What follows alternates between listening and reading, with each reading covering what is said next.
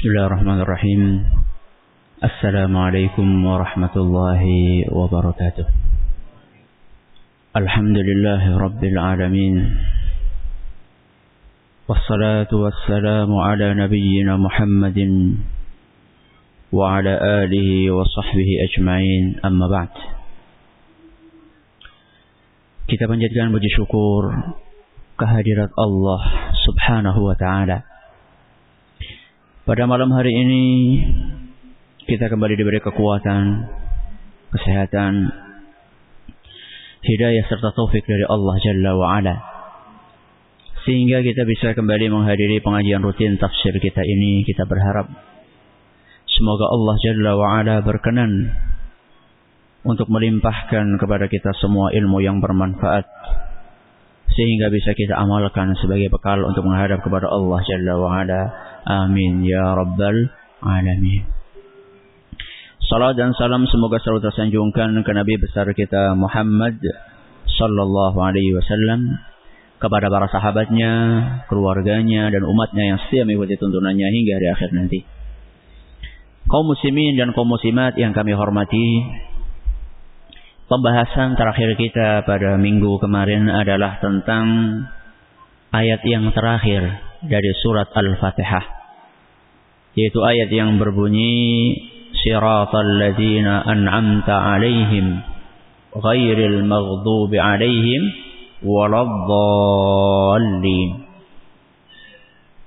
Dan kita baru membahas sepotong yang pertama dari ayat tersebut, yaitu firman Allah Siratal ladzina an'amta 'alaihim, yakni jalan orang-orang yang engkau beri nikmat. Saat itu kita telah jelaskan bahwasanya mayoritas ulama tafsir menjabarkan bahwasanya yang dimaksud dengan orang-orang yang diberi nikmat adalah siapa? Ini pertanyaan ini. Para nabi,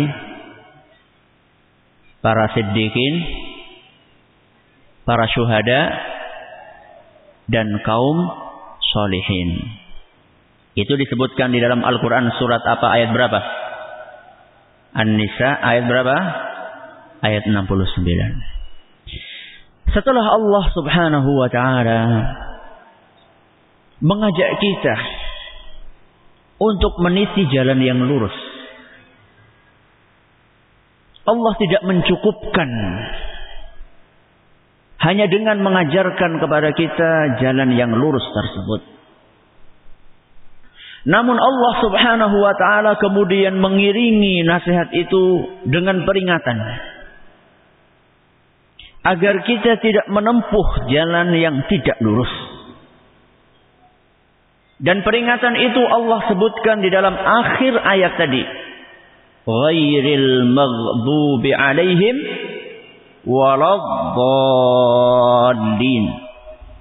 Bukanlah jalan orang-orang yang dimurkai, dan bukan pula jalan orang-orang yang sesat. Di dalam ayat ini Allah mengingatkan kita dari dua jalan yang menyimpang. Golongan yang pertama adalah kaum yang dimurkai. Ini yang pertama.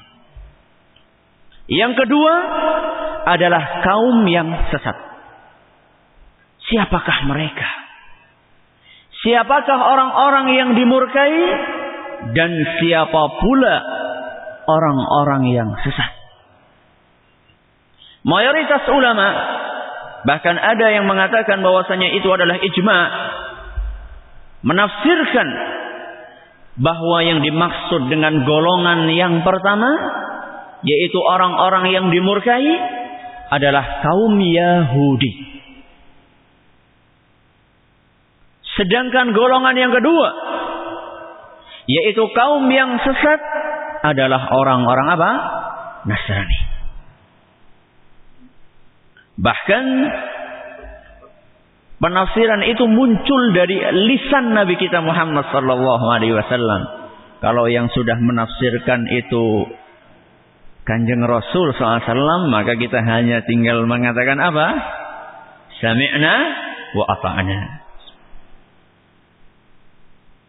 Dalam suatu hadis yang diriwayatkan oleh Imam Ahmad dan dinyatakan sahih oleh Ibnu Hibban, Ibnu Taimiyah dan Al-Albani, Rasulullah sallallahu alaihi wasallam bersabda, "Innal maghduba 'alaihim al-yahud."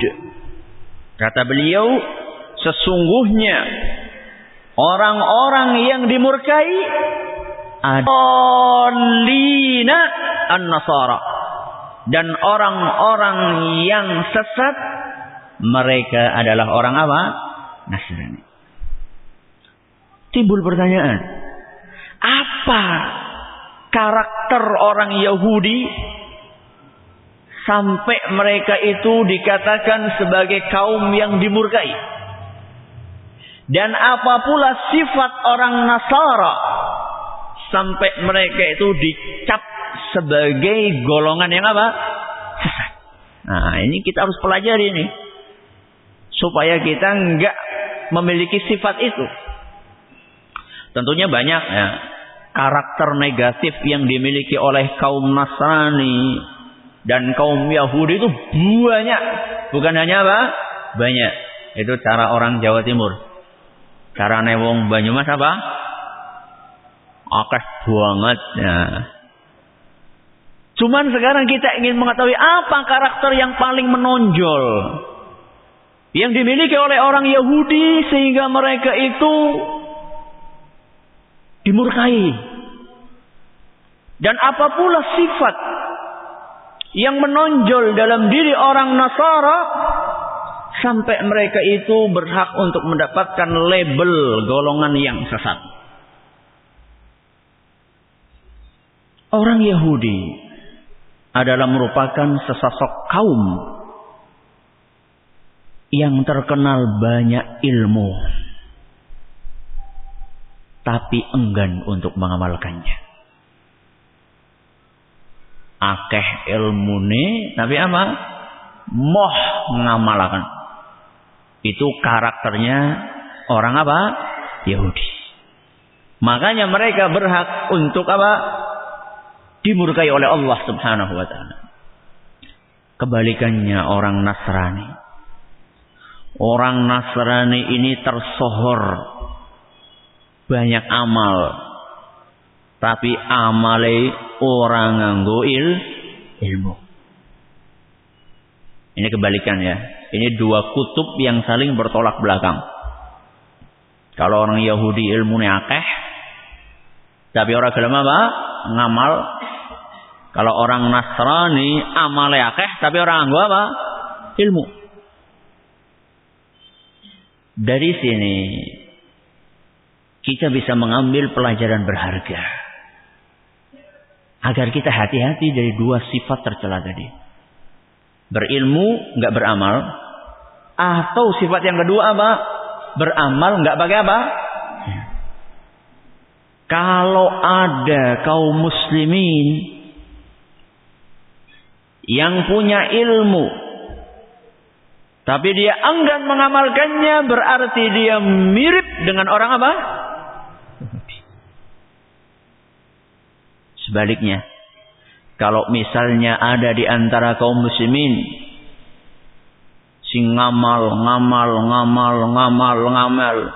mbuh dalile apa orang ngerti, sing penting melu-melu tanggane, sing penting melu-melu kancane. Orang-orang yang beramal tanpa ilmu, maka mereka ini mirip dengan orang apa? Nasrani. Banyak enggak ini yang terjangkiti dengan dua penyakit ini? Banyak enggak? Bahkan mungkin kita masih terjangkiti penyakit ini nih. Kita ilmunya banyak, ngajinya rajin, tapi yang diamalkan cuma sedikit. Kebalikannya masih banyak di antara kita yang mengamalkan sesuatu orang ngerti kiana dalilnya apa orang. Itulah kenyataannya. Makanya pertemuan hari ini dan pertemuan besok atau minggu depan kita akan mengkupas dua penyakit ini. Wah, Ustaz, apa hubungannya sama tafsir, Ustaz? Kita tuh yang penting tuh tahu tafsirnya, ini orang Yahudi, ini orang Nasrani, sudah selesai, Ustaz. Ngapain kita itu berpanjang lebar? Surat Al-Fatihah bepirang bulan rantong-tong. Suwe temen. Nek nang kono sih nyong ngajine sewengi surat Al-Fatihah rampung. Apa sih tujuan kita belajar tafsir, Pak, Bapak, Ibu-ibu sekalian kemana? Apa tujuannya? Hah? Supaya kita mengamalkan. Jadi tafsir itu apa hubungannya dengan kehidupan kita sehari-hari? Orang belajar tafsir, kemudian kehidupannya tidak berubah. Ilmu itu hanya sebatas wacana yang ada di kepala. Buat apa? Tujuan orang ngaji adalah untuk mengamalkan. Kalau dia itu cuma sekedar di kepala dia, cuma sekedar sebagai wawasan saja, kemudian nggak tahu apa hubungannya dengan realita dalam kehidupan, apa gunanya dia belajar ilmu agama? Terlebih lagi, apa gunanya dia belajar ilmu tafsir? Maka yang akan kita kupas pada malam hari ini adalah penyakit yang pertama, yaitu ilmu tanpa apa? Amal. Banyak sekali ayat dalam Al-Quran maupun hadis Nabawi yang memberikan ancaman bagi orang-orang yang berilmu tanpa amal. Di antaranya adalah firman Allah Subhanahu wa taala di dalam Al-Quran surat As-Saff ayat 2 sampai 3. Di dalam surat As-Saff ayat 2 sampai 3 Allah Subhanahu wa taala berfirman, "Ya ayyuhalladzina amanu lima taquluna ma la taf'alun." Wahai orang-orang yang beriman, kenapa kalian itu mengucapkan yang tidak kalian praktekkan? Dan ini banyak. Ngomongnya pintar, tapi prakteknya nol besar. Kalau menasehati orang lain luar biasa, tapi kehidupan dia sehari-hari mendustakan nasihat yang dia sampaikan, alias dia tidak mempraktekkan apa yang dia nasihatkan kepada orang lain. Orang-orang yang seperti itu, kata Allah Subhanahu wa taala, kabura maqtan 'indallahi an taqulu ma la taf'alun. Hal tersebut sangatlah dimurkai oleh Allah Subhanahu wa taala. Jadi wajar kalau suatu ketika kita itu merasa resah. Tidak sedikit orang yang pintar berbicara, guru, atau orang yang biasa memberikan nasihat kepada orang lain. Tidak sedikit di antara mereka yang sebenarnya hatinya itu merasa resah dan tidak tenang. Apa pasalnya? Karena dia itu saat itu sedang dibenci dan dimurkai oleh Allah Subhanahu wa taala. Dan bukan sembarang kemurkaan, tapi sebuah kemurkaan yang besar. Kata Allah, kabura. Kemurkaan yang besar. Jadi Allah sangat benci dengan orang-orang yang berilmu namun dia tidak mengamalkan ilmunya. Senada dengan ayat ini, silahkan buka surat Al-Baqarah ayat 44. Dan juga surat Hud ayat 88. Al-Baqarah 44 dan surat Hud ayat 88. Ini ayat yang dua ini senada dengan ayat 2 sampai 3 dari surat As-Saff. Adapun dalil dari hadis Nabi sallallahu alaihi wasallam, ini juga banyak. yang mengingatkan kita agar kita mengamalkan ilmu yang kita miliki. Di antaranya adalah sabda Nabi sallallahu alaihi wasallam dalam suatu hadis yang diriwayatkan oleh Imam Ahmad dan dinilai sahih oleh Imam Al-Hakim dan Al-Albani. Kata beliau sallallahu alaihi wasallam, "Marartu lailata usriya bi." Pada malam Isra.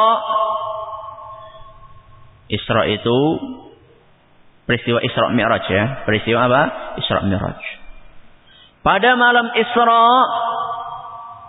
saya melewati atau diperlihatkan ala qaumin tuqradu shifahuhum bimaqarid min nar. Saya melewati sekelompok orang yang lidahnya sedang dipotong dengan gunting dari api neraka. Nauzubillahi min dzalik. Dipotong. Sedangkan sariawan saja kita sudah apa? Sudah ngeresulo. Apalagi dipotong. Dan dipotong bukan hanya dengan gunting biasa, gunting yang terbuat dari api neraka. Qultu man haula. Begitu Rasul sallallahu alaihi wasallam melihat pemandangan yang begitu mengerikan, dia bertanya kepada malaikat yang bersama beliau, yang memandu beliau. Qalu khutaba'u min ahli dunia. Orang-orang tersebut adalah para khatib. Para khatib. Para khatib di dunia. Dai. Ustaz. Kiai. Mubaligh. Apa salahnya mereka? Masa mubaligh kok malah apa? Malah dipotong lidahnya. Kata malaikat tersebut, kanu ya'muruna an-nasa bil birri wa yansawna anfusahum wa hum yatluna al-kitaba afala ya'qilun. Mereka itu memang khatib, tapi mereka itu gemar untuk mengajak orang kepada kebaikan, tapi mereka melupakan diri mereka sendiri, alias tidak mempraktikkan apa yang disampaikan. Wahum yatluna al-kitab, padahal mereka membaca al-kitab. Afala yaqilun, tidakkah mereka berpikir? Jadi dai, jadi ustaz itu berat, Pak, Bu ya. Kalau misalnya ada yang mengatakan, penak ya jadi kiai, wis gari mlebu swarga tok. Sudah punya tiket masuk apa? Surga. Bahkan ada yang pernah cerita sama saya, di suatu daerah ada seorang kiai yang katanya keturunan Nabi sallallahu alaihi wasallam mengatakan, saya sih enak, sudah dijamin masuk surga. Kalian itu masih capek. Subhanallah. Berat. Jadi ustaz, jadi kiai itu berat. Namun sayangnya tidak sedikit orang yang sadar. Tidak sedikit orang atau sedikit orang yang sadar. Termasuk guru-guru. Ini banyak bapak guru di sini. Ini bukan cuma kiai ya. Bukan cuma kiai. Bapak-bapak guru ini di sekolahan sukanya memberi nasihat kepada siswa kan? Ya enggak? Iya. Tapi lihat prakteknya. Lihat praktek kita. Dan orang-orang yang seperti itu adalah orang yang terancam dengan siksaan yang sudah kita sampaikan tadi. Siksaannya mengerikan. Di dunia maupun di akhirat. Di dunia dia dibenci oleh Allah subhanahu wa ta'ala. Di akhirat lisannya akan dipotong dengan gunting dari api. Setelah terputus dikembalikan lagi, dipotong lagi. Terputus dikembalikan lagi seperti semula, dipotong lagi. Fi yaumin kana miqdaruhu 50,000 sanah. Di dalam suatu masa yang satu hari lamanya sama dengan 50.000 tahun di dunia. Mengerikan. Tapi anehnya, masih banyak orang yang tidak peduli dengan pengamalan ilmu.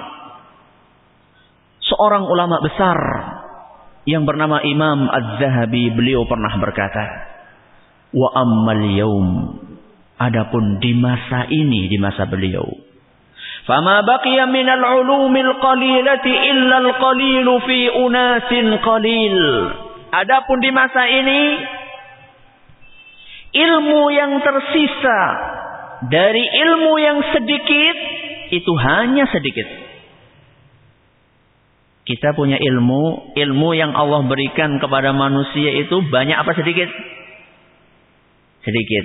Maka dalam Al-Quran, wa ma utitum minal ilmi illa qalila. Kalian diberi ilmu itu cuma sedikit. Kata Imam Az-Zahabi, ilmu yang sedikit ini yang Allah berikan kepada kita, yang tersisa tinggal sedikit. Itu pun yang memiliki ilmu yang sedikit itu hanya orang yang jumlahnya enggak banyak. Ma aqalla man ya'malu minhum bidzalikal qalil.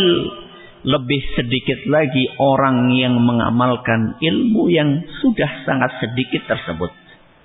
Berarti bisa dibayangkan sedikitnya itu berapa? Pertama, ilmunya yang Allah berikan sedikit. Dengan mundurnya waktu, ilmu itu tambah apa? Sedikit. Yang punya ilmu sedikit itu cuma apa? Sedikit. Nah, di antara sedikit orang yang punya ilmu itu, yang mengamalkan ilmu lebih sedikit lagi. Perkataan ini diucapkan oleh seorang ulama yang hidup pada abad keberapa? Az-Zahabi. Ahli sejarah fenomenal. Orang ngerti. Tahunya siapa?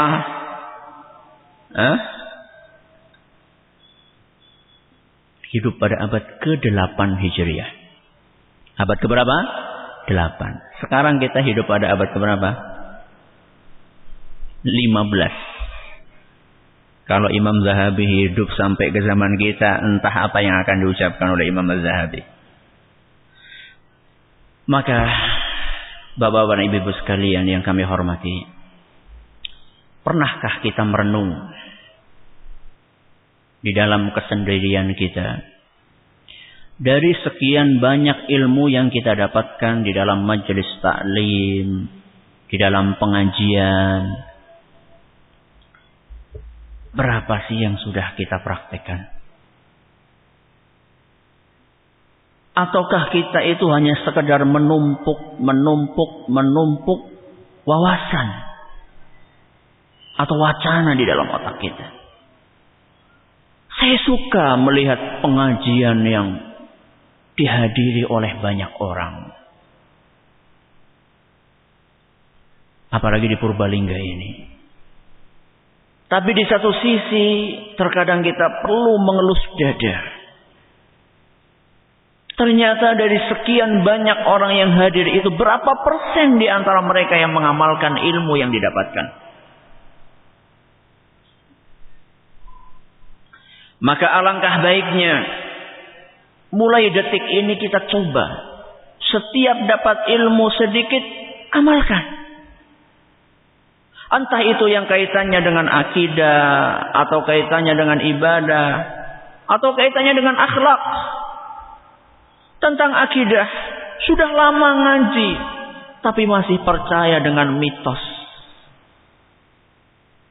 Nek ora dipitoni, engko nek anake lahir apa? Cilaka. Yo jaruku wong ki wis suwe le ngaji si percaya mitos. Begitu dapat nyewa ruko, nyewa ruko nih ya. Kok ketepatan nomor rukonya itu 13. Wah, sial lagi. Padahal ya sering ngaji, masih percaya dengan khurafat. Apa gunanya belajar ilmu banyak kalau misalnya nggak dipraktekkan dalam kehidupan sehari-hari? Akidah, ibadah. Sudah belajar, diajarkan sama ustaz, cara sholatnya bagaimana, cara puasanya bagaimana, panggah baik. Sing penting nyong biyen sinau karya kakine ini kayak kiye ya kayak kiye. Tak berubah. Ilmunya sudah dimiliki tapi nggak dipraktekkan. Akhlak sudah tahu bahwasannya Nabi itu melarang kita minum pakai tangan apa? Kiri. Masih banyak orang-orang yang rajin ngaji minumnya pakai tangan apa? Kiri. Banyak. Sampai-sampai kadang ditegur oleh cucunya sendiri. Mbah, kok minumnya pakai tangan kiri? Ya kalau misalnya mbah yang low profil mungkin oh iya matur nuwun. Tapi kalau mbah yang apa? Bayi ngerti apa? Akhlak. Sudah betapa banyak akhlak yang kita pelajari. Coba berapa yang sudah kita pelajari? Kepandaian. Itu bukan diukur dari banyaknya ilmu yang dimiliki. Bukan.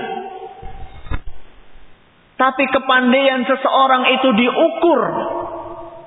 Berapa ilmu yang dia amalkan. Kata Al-Fudail Ibnu Iyad. La yazalul alimu jahilan bima alim hatta ya'mala bihi. Orang yang berilmu itu masih dianggap bodoh selama dia belum mengamalkan ilmunya. Wa idza 'amila bihi kana 'aliman.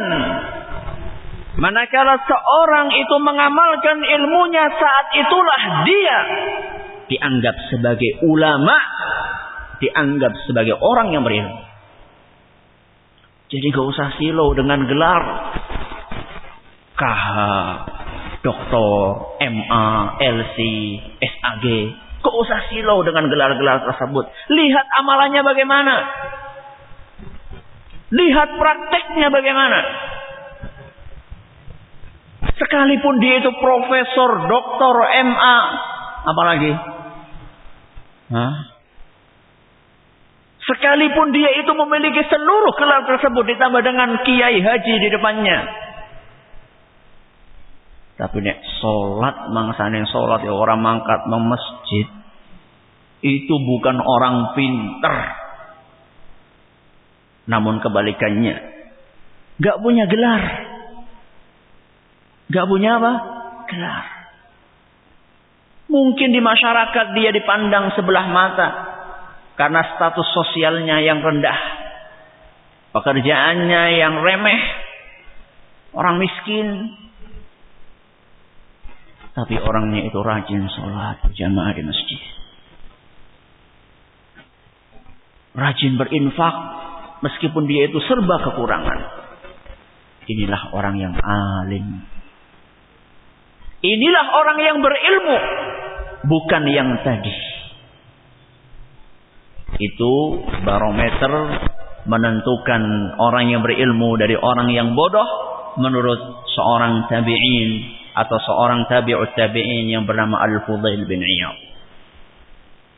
Mengukur ilmu itu bukan dengan banyaknya yang dimiliki. Kata Imam Asy-Syafi'i rahimahullahu taala, "Laisal ilmu ma hufidh." Ilmu itu bukan yang dihafal. Al-ilmu ma nafa'. Ilmu itu adalah yang bermanfaat.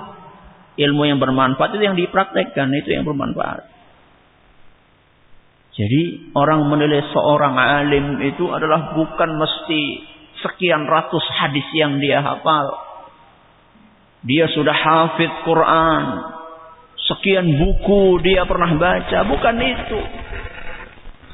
Tapi menurut Imam Asy-Syafi'i, ilmu yang hakiki adalah ilmu yang bermanfaat, yaitu ilmu yang dipraktikkan oleh orang yang memilikinya. Kita pernah menukil ya, pada dulu sudah berapa bulan perkataannya Ibnu Mas'ud radhiyallahu anhu, kana ar-rajulu minna idza ta'allama 10 ayatin. Kami para sahabat Nabi, kata Ibnu Mas'ud, kalau sudah belajar 10 ayat dalam Al-Quran, lam yujawizhunna hatta ya'rifa ma'aniyahunna wal 'amala bihinna. Kami itu enggak akan meninggalkan, enggak akan pindah ke 10 ayat berikutnya sampai kami itu paham maknanya dan mengamalkannya. Berapa ayat? 10 ayat. Bertahap belajarnya 10 ayat. Paham, diamalkan. Nggak akan pindah kecuali setelah apa?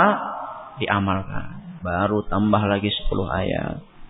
10 ayat, tahu maknanya, diamalkan, pindah lagi. Itu prakteknya siapa? Para sahabat Nabi Sallallahu Alaihi Wasallam. Bagaimana dengan kita? Saya dan jenengan lebih tahu bagaimana kondisi kita masing-masing. Itu adalah keberuntungan yang bersifat ukhrawi. Jadi kalau orang mengamalkan ilmu, dia akan untung dunia dan apa? Akhirat. Kalau di akhirat untungnya, dia akan mendapatkan ridho dari Allah dan dia akan selamat dari siksa neraka. Itu keuntungan apa? Ukhrawi. Keuntungan duniawi. Apa keuntungannya orang yang mengamalkan ilmu? Banyak. Di antara keuntungannya adalah ilmu tersebut akan awet. Di mana? Di kepala kita. Nah, ini sering orang bertanya ini, Ustaz, sinau siki urung ngasih umah nembe metu sekang masjid ilmune wis apa? Semabur. Itu gimana caranya, Ustaz?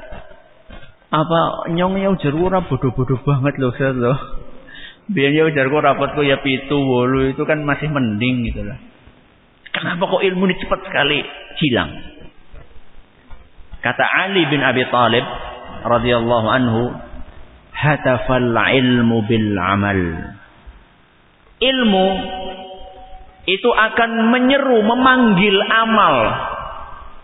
Ilmu itu memanggil amal untuk ikut di belakang dia. Ya, orang sudah punya ilmu, ilmunya itu akan nyeluk-nyeluki amal-amalnya neng-neng melu gitu. Maksudnya setelah punya ilmu dia apa? Diamalkan. Kata beliau, fa in ajabahu wa illa irtahal.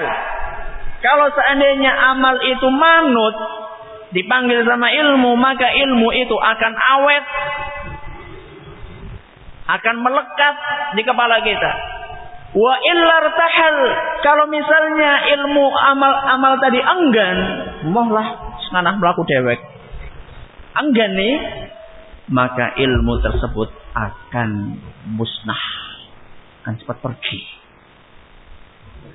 Realita kehidupan sehari-hari itu membuktikan kebenaran perkataan Ali bin Abi Thalib tadi. Kalau kita ingin ngapal doa sesudah makan, zikir pagi sore, doa untuk pergi ke masjid. Kalau kita mau duduk serius ngapal, itu paling nggak butuh waktu sehari. Ya, pergi ke masjid, kemudian doa, zikir pagi sore, doa sudah makan. Itu sebenarnya nggak butuh waktu yang panjang, asal kita serius kita hafal. Banyak orang bisa ngapal, tapi yang jadi pertanyaan, berapa lama hafalan itu tahan di mana? Di kepala. Dan banyak orang yang mengeluh, ujar kula nyong wis apal do ngabar ma'am sing bener sing hadisnya sahih. Ujarku ya nyong wis apal doa pergi ke masjid, tapi kok kur sedina wis apa? Le ngapal sedina mut nembe sedina wis apa? Hilang maning. Kenapa? Jawabannya mudah. Kalau kita ingin ilmu tersebut nempel kayak perangko, caranya mudah apa? Praktekkan. Jadi kalau misalnya kita ingin doa sesudah makan nggak cepat hilang, Habis setiap makan itu ya donga. Aja kur, apa? Antop tok. Yang penting alhamdulillah. Loh kan ikan anak dawane alhamdulillah apa? Doa pergi ke masjid. Lah dawa banget Ustaz. Ya, Anda mengatakan panjang, Anda mengatakan susah. Padahal setiap hari jenengan itu pergi ke masjid. Jenengan pergi ke masjid itu apa yang dibaca? Apa yang dibaca? Hah? Malah ada pergi ke masjid karo masjid kok karo udut. Ya Allah ya Rabbi. Nek ora karo singsot, nah. Kayak orang mau ke kali saja pergi ke masjid sampai apa? Double singsot. Ada doanya. Allahumma ja'al fi qalbi apa? Nura wa fi lisani nura wa fi sam'i nura wa fi basari nura wa min fawqi nura wa min tahti nura wa an yamini nura wa an shimali nura waj'al fi nafsi nura waj'alni nura waj'al li nura. Sidawamani masih ada lagi. Makanya beruntunglah orang-orang yang rumahnya jauh dari mana? Waktunya cukup nggak baca apa? Donga. Omahe kur selangkah ngarepe wis apa? Musola. Ya janggeleng disit ngarep apa? Urung rampung lendonga.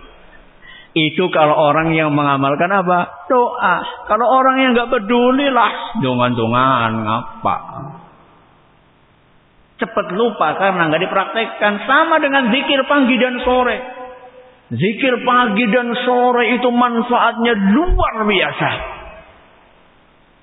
Di zaman ini banyak orang yang kesurupan di sekolah, di tempat kerja, di pabrik, di toko.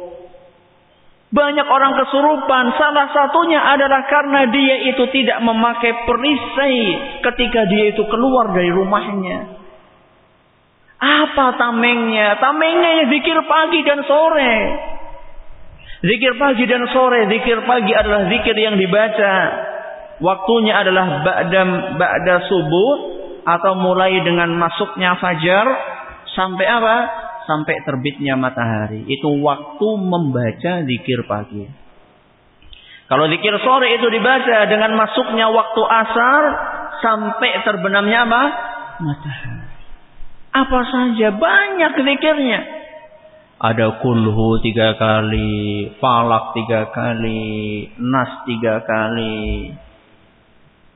Subhanallah wa bihamdih 100 kali. La ilaha illallah wahdahu la syarika lah. Lahul mulku wa lahul hamdu wa huwa ala kulli syai'in qadir. Minimal sekali. Kalau bisa ditambah 10 kali lebih bagus. Kalau 100 kali lebih bagus lagi. Ada lagi a'udzu bikalimatillahi tammati min syarri ma khalaq 3 kali. Tambah lagi bismillahilladzi la yadurru ma'asmihi syai'un fil ardi wala fis sama'i wa huwas sami'ul 'alim 3 kali. Tambah lagi raditu billahi rabba wa bil islami dina wa bi Muhammadin sallallahu alaihi wasallam nabiyyan wa rasula 3 kali. Teman saja. Ya waktunya entong go zikir tok. La haula wala quwata illa billah. Nonton film India 3 jam. Ora kerasa waktunya entong. Itu zikir tadi itu kalau dikumpulkan itu enggak nyampe setengah jam bacanya. Enggak nyampe apa? Setengah jam. Itu pun fleksibel. Kita nggak harus duduk di musola atau di masjid. Sambil berjalan kita boleh. Sambil nyapu kita boleh. Sambil nyirami kita boleh. Kalau matun ya orang apa lah. Yang penting apa? Zikir. Gak masalah. Tapi karena kita tidak mengamalkan ilmu. Ya, ini penyakit yang pertama. Dan semoga kita terhindar dari penyakit ini. Yaitu penyakitnya orang-orang Yahudi. yang punya ilmu dan tidak mengamalkannya. Maka coba mulai detik ini kita ingat-ingat apa ya ilmu sing sudah saya miliki. Jadi kita itu berusaha setiap nafas yang kita hembuskan di dalam 24 jam ini kita pikir sambil berjalan. Kita berjalan ini ke masjid. Oh iya, saya sudah punya ilmu kalau jalan ke masjid itu adalah ada doanya. Praktek. Begitu akan masuk ke masjid. Oh iya, saya sudah belajar. Kalau ngelepas sandal itu dimulai dari apa? Kiri dulu. Kemudian masuk masjid mulai pakai apa? Kanan dulu. Masuk pintu masjid ada doanya. Baca doa. Sampai ke masjid, oh iya, ada ilmunya. Kalau masuk ke masjid itu harus sholat apa? Tahiyatul masjid. Setelah selesai tahiyatul masjid, azan. Azan dikumandangkan, oh iya, kalau sudah mendengar azan kita itu diperintahkan untuk apa? Menirukan. Selesai azan, ada doanya. Antara azan dan qomat, kata Nabi SAW, disunahkan untuk banyak untuk melakukan sholat qobliyah. Setelah sholat qobliyah masih ada sisa waktu kita gunakan untuk apa? Berdoa. Kemudian takbiratul ihram. Terusnya. Jadi sebenarnya setiap detik itu ada ilmunya. Ketika akan makan. Ketika apa? Akan makan. Sebelum makan baca apa? Ketika makan mulai dari mana? Dari pinggir apa dari tengah? Itu semua ada aturannya. Ya. Jadi kalau ada nasi itu kita mulainya dari mana? Langsung to the point ke tengah atau lewat pinggir-pinggirnya, itu ada aturannya dari hadis Nabi SAW. Habis makan apa yang kita kerjakan? Bergaul suami istri, apa yang perlu kita lakukan begitu pertama kali masuk rumah, apa yang dikerjakan oleh Nabi SAW. Mau punya anak bagaimana? Banyak, itu semuanya itu ada ilmunya. Tapi yang jadi pertanyaan, sudahkah kita mengamalkan ilmu yang kita dapatkan? Akeh banget ya Ustaz. Kalau kita cicil akan terasa ringan. Jadi misalnya sekarang nih, sudah punya ilmu apa? Tadi oh iya aku wis ngerti ana donga mlaku memecit. Itu coba praktekkan. Sudah bisa, nanti lanjutkan dengan ilmu-ilmu yang berikutnya. Ada pertanyaan? Silakan. Ya.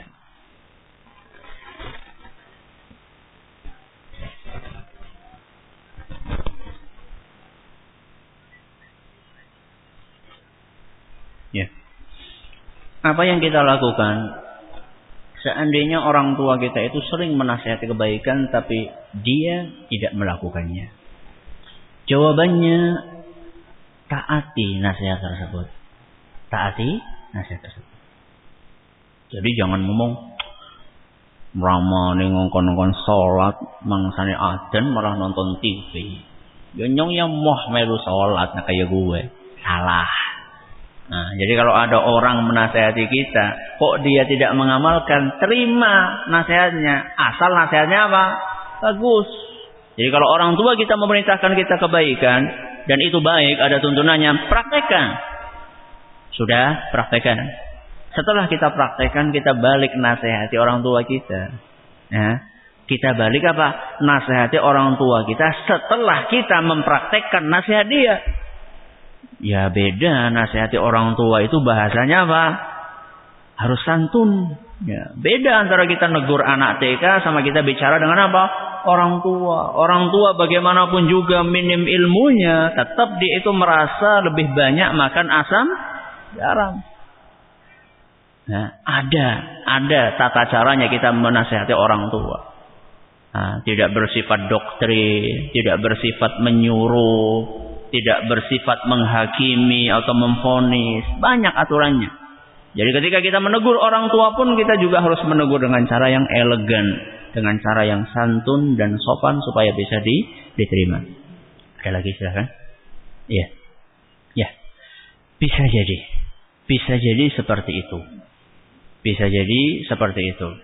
Namun saya belum mendapatkan bahwasannya hanya terbatas pada orang-orang yang masuk surga tanpa hisab, tanpa apa? Azab. peluang orang-orang yang masuk surga tanpa hisab, tanpa azab untuk melewati jalan tadi dengan selamat itu sangat besar. Tapi saya belum menemukan apakah itu hanya terbatas pada orang-orang itu saja sehingga menutup pintu buat orang-orang yang lain yang melewati hisab. Ini kan lain masalah ya. Antara kita mengatakan mereka sangat berpeluang dengan kita katakan tidak ada yang bisa masuk surga dengan selamat kecuali mereka. Ini kan beda.